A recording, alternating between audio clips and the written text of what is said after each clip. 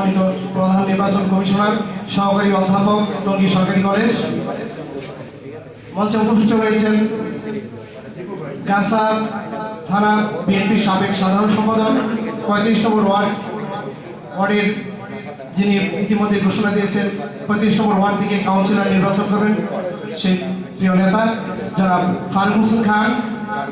মঞ্চে উপস্থিত রয়েছেন গাছা থানা নিবেন সাংবাদিক হিসেবে গাছা প্রেস ক্লাবের সামনে যারা নেতৃত্ব দিবেন সেই নবনির্বাচিত সদস্যদের শুভেচ্ছা এবং শুভকামনা, এবং আশা করব যে তারা সবার মধ্যে সাংবাদিকদের যে স্বার্থ সেটা দেখবেন। স্বার্থ সিদ্ধি হবে কি করলে তারা স্বাচ্ছন্দ্যে কাজ করতে পারবে, সেটার দিকে তারা খেয়াল রাখবেন। এবং আরেকটি কথা বলতে চাই, এই নন্দিত আর কাজেই নির্দিত। এখানে অনেক কথা বলা হয়েছে হলুদ সাংবাদিক বা সাংবাদিকদের বিভিন্ন, আমরা পুরো জেলায় ছিলাম 3 জন, আর সেটার সংখ্যা এখন 15-20 জন হয়ে গেছে।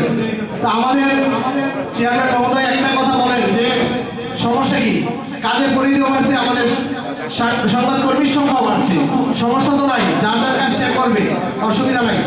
তো সাংবাদিকের সংখ্যা বাড়লে আমাদের ভালো, খারাপ না, কিন্তু আমরা যেন ইথিক্স বুঝে সাংবাদিকতা করি, ইথিক্স অনুযায়ী যেন সাংবাদিক, আমরা যেন বলি না যে ওরে বান দেন, যেন আমরা না করি, দয়া করি।